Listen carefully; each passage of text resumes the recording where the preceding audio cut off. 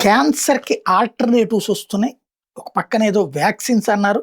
ఈలోపు కీమోథెరపీకి ప్రత్యామ్నాయంగా మెడిసిన్ వచ్చిందని చెప్తున్నారు. సంప్రదాయ క్యాన్సర్ వైద్య విధానాల వల్ల శరీరంలోని ఆరోగ్యకర కణాలు దెబ్బతిని రోగులకు జుట్టు ఊడిపోవడం, నీరసం వంటి తీవ్ర దుష్ప్రభావాలు ఎదుర్కొంటున్న నేపథ్యంలో ఈ సమస్యకు పరిష్కారంగా భారత శాస్త్రవేత్తలు ఒక ప్రయోగాత్మక స్మార్ట్ క్యాన్సర్ ఔషధాన్ని అభివృద్ధి చేశారు. ఈ సరికొత్త మందు క్యాన్సర్ కణాలని లక్ష్యంగా చేసుకుని పనిచేయడం విశేషం.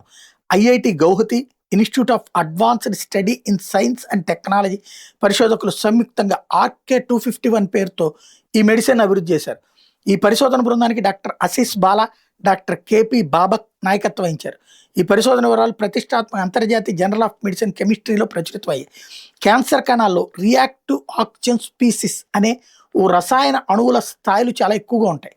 RK-251 మందు అటువంటి క్యాన్సర్ కణంలోకి ప్రవేశించినప్పుడు అక్కడ ఉన్న ROS అణువులు ఈ మందును మేల్కొలుపుతాయి.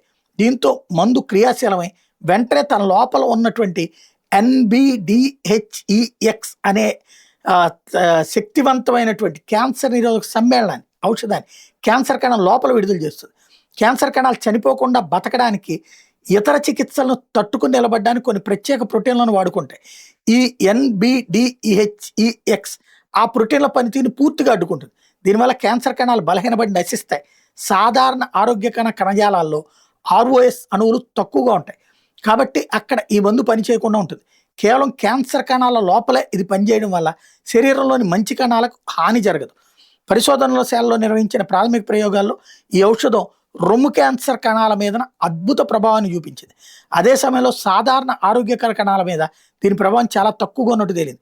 జీబ్రా ఫిష్ పిండాల మీద జరిపిన ప్రయోగాల్లోనూ విషపూరిత లక్షణాలు ఏవి కనిపించలేదు. అంతేకాకుండా క్యాన్సర్ కణాల్లోని ఆక్సిజన్ అణువుల సమక్షంలోనే ఈ ఔషధం ఒక రకమైనటువంటి కాంతిని ప్రదర్శించింది. దీనివల్ల ఈ మందు క్యాన్సర్ కణాలని లక్ష్యంగా చేసుకుంటుందని శాస్త్రవేత్తలు నిర్ధారించారు. మరిన్ని అధ్యయనాలు, క్లినికల్ ట్రయల్స్ విజయవంతం అయ్యాక ఈ మందుని క్యాన్సర్ చికిత్స కోసం అందుబాటులోకి తెచ్చే అవకాశం ఉంది.